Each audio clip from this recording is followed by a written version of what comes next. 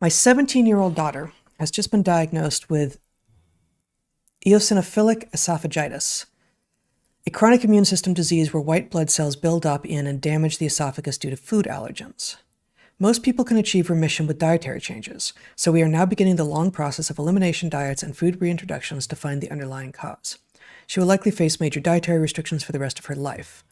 What advice would you give her? She's smart and up for doing hard things. Oh, this is a good one. Yeah. May I take it as somebody who has one majorly annoying dietary restriction? Actually, it's two. Which you didn't discover until you were in your 40s. Late, and it probably maybe late 30s. I definitely feel like it cost me. It reduced my quality of life over many decades or several decades, and it probably, maybe I get hit by a bus and I got away with it, but I think it did a lot of damage that presumably otherwise would be expected to shorten my life. Mm-hmm. So I don't think it's a small matter at all. Your daughter is in the fortunate position of knowing this early. Mm-hmm.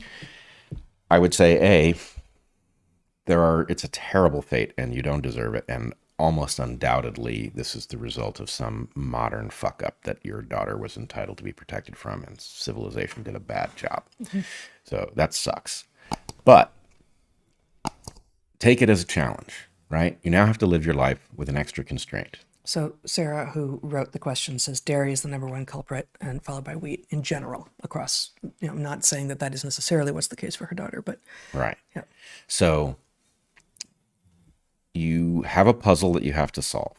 How are you going to live? You're going to get poisoned periodically. It's just going to happen.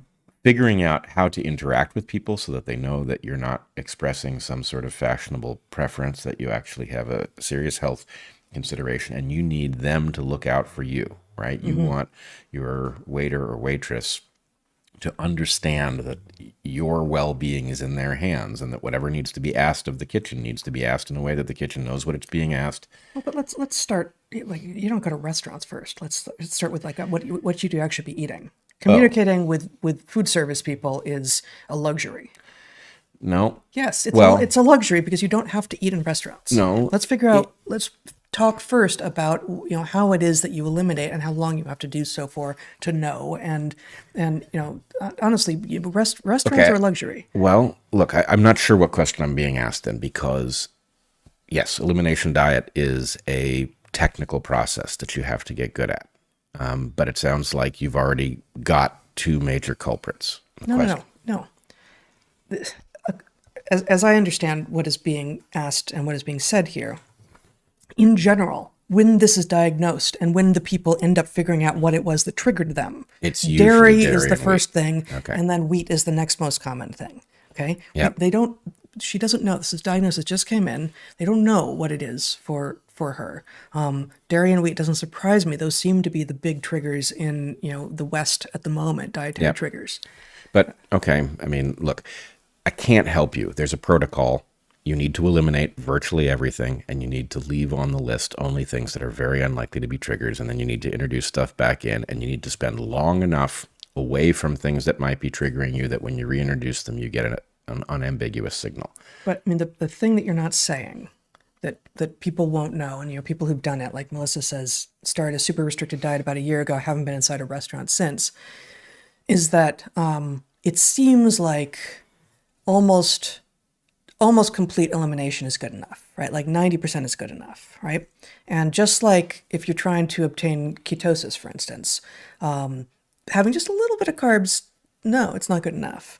Same thing with the elimination diet. Like just a tiny, tiny bit is going to be enough to trigger her, and then you won't know.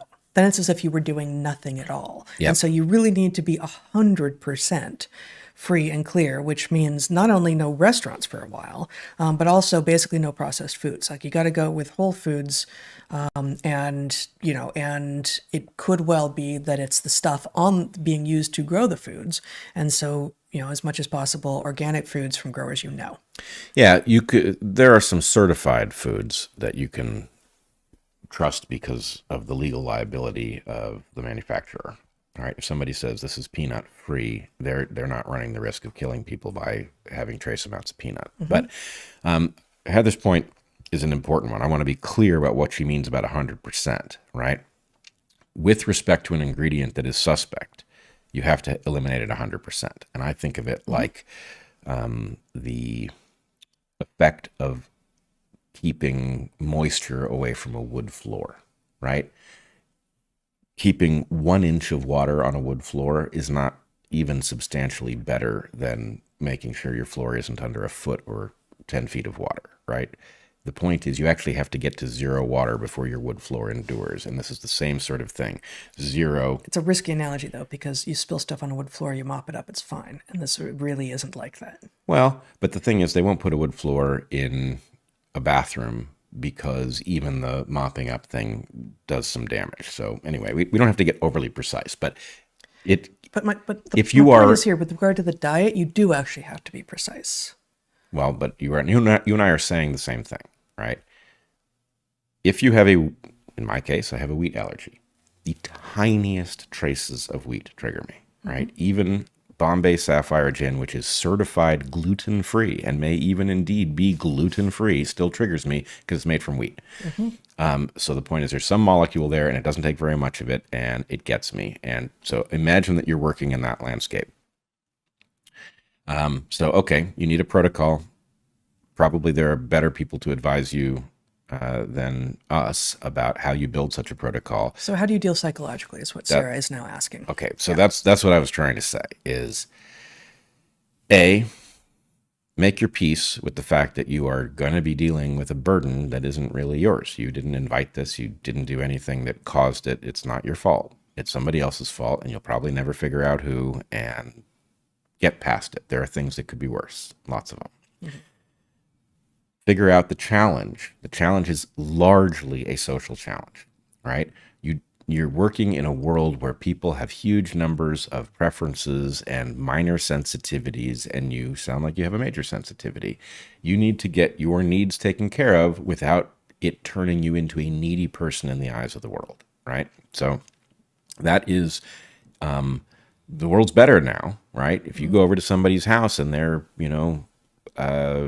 part of the, enlightened world, they'll very frequently ask you, do you have any dietary sensitivities, right? That's cool. That makes life a lot easier. It takes the burden off the person who has the sensitivities.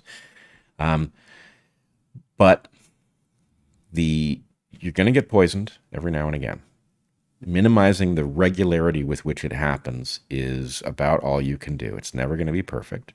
But also realize that the diet that you currently have access to, where you can eat just an immense diversity of things, that's abnormal, right? Wherever your ancestors came from, things are much more limited.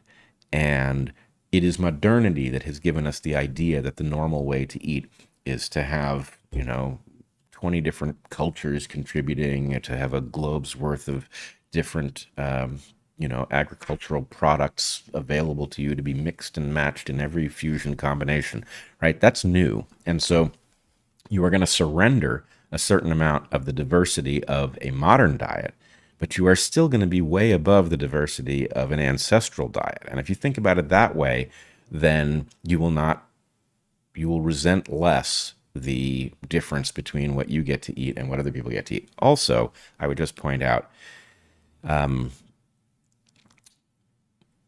far larger fraction of civilization is made up of people who have wheat sensitivities, for example, than know it. Lots of people are avoiding the information. They are not doing the work because their next thought is, well, if I found out that I couldn't eat it, what would that do to my life, right? Those people are paying a cost for not knowing, and they have no idea how big that cost is.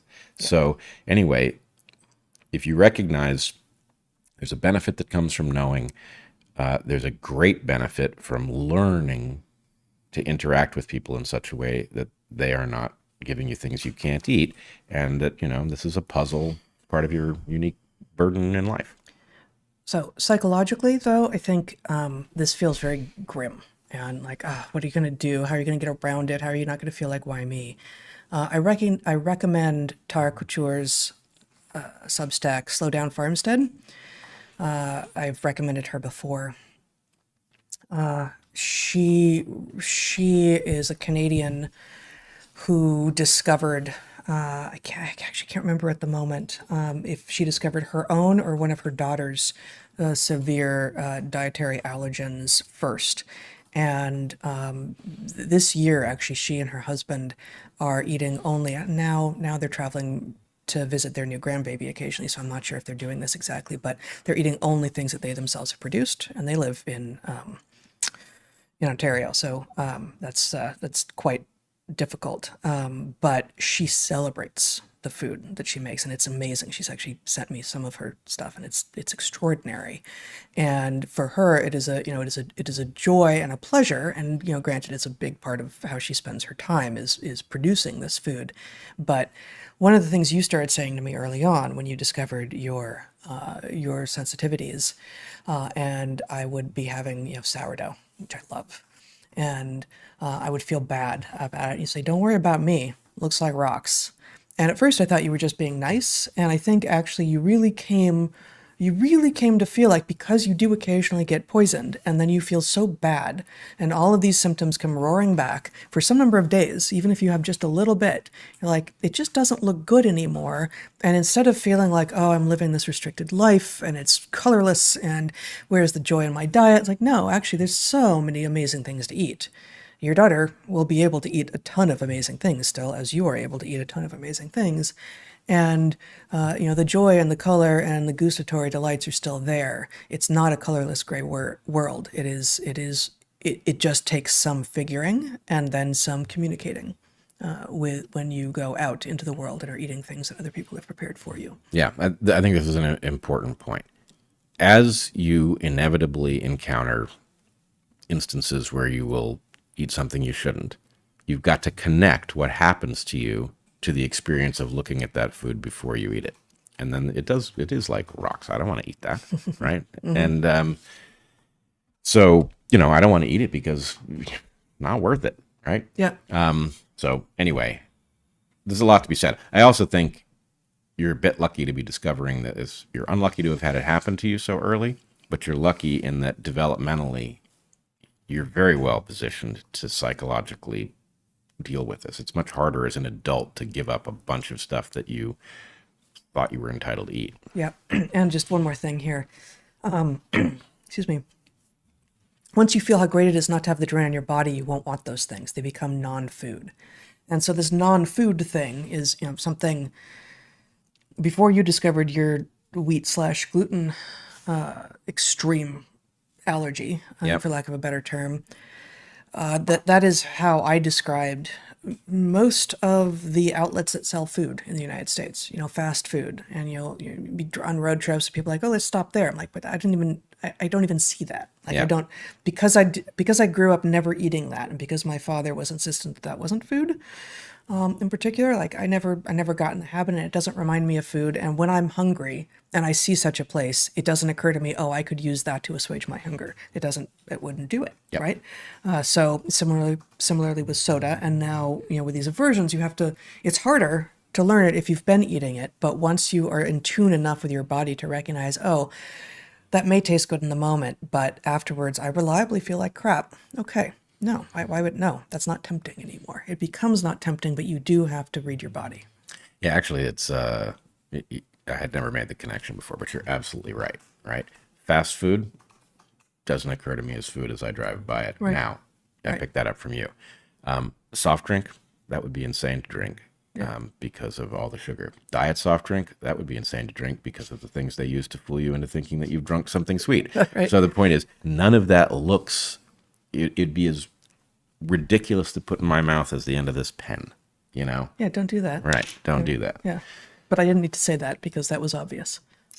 Well, the funny thing is this pen smells a little good. You have to train yourself to realize that the Those solvents... do? Sharpies? I think so. I don't think, really? Yeah, a little bit. Yeah, a little sweet. Okay. Here we are. Yeah, here we are, sniffing pens and taking names. Yeah, gasoline. You have to train yourself that... Which is actually bad to even smell. Yep, absolutely. As is this. Solvents. That's one of the points we make in the book is that it used to be that when something smelled bad, smelling it probably wasn't bad for you, right? Smelling a fish in the sun is your warning not to get any closer. Yeah. So you're warning not to eat it. Yeah. But solvents are different, and some of them smell good. Yep. One more comment. Totally true. Once you eliminate things, it's more like going somewhere that they serve crickets. You just think that's not food. Yep. Yep. Hey guys, that was a clip from our monthly private Q&A that you can get access to at my Heather Hying's Patreon. And you can also get access there to all of the past paid subscriber content. So please consider joining us there. Did you mention that these private Q&As are the key to living a better life and living to tell the tale? I forgot to do that. These private Q&As are in fact the key to living a better life and what? Living to tell the tale. Living to tell the tale. Go ahead, live to tell the tale. Join us there. See ya.